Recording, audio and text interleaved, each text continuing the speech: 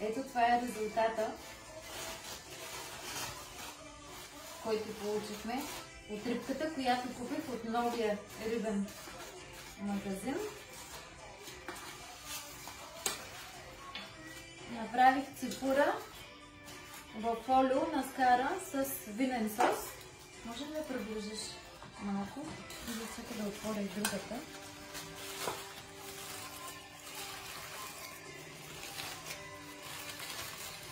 Сос от бяло вино, зехтинче, магданосче, вкусено с лимонче, резенчето лимонче, черен пепер, солчица.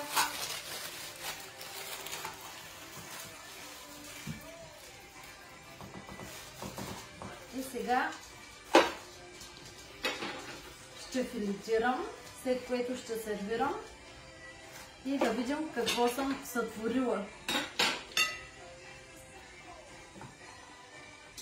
За който не знае, да покажа, дай малко по-наблиза кадър.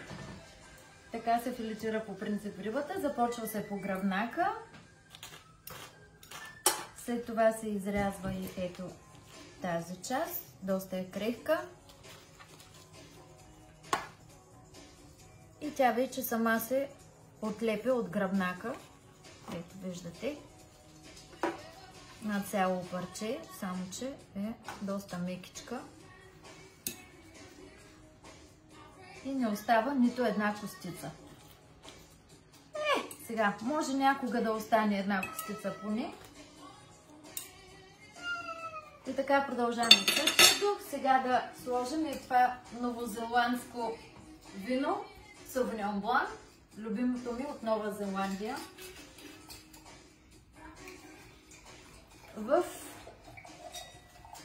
чаша, руска чаша от руски кристал, ръчно изрисувана с златни орнаменти. Не са позлатени, наистина са златни орнаментите. Това са неща, които харесвам, обичам и които съм си купувала в миналия живот, когато имах бизнес и разполагах с повече средства, имах по-малко животинки и деца, отколкото сега. Ами, на здраве! Косотия, сега да опитам рибката.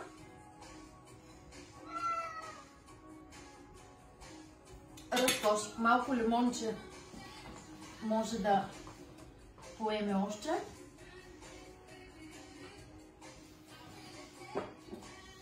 И черно пеперче. Прясно, задължително прясно настъргано, не предварително. Ами приятна вечер на вас и отивайте в този новия рибния магазин на пазара, наистина страхотни неща продават. На здраве!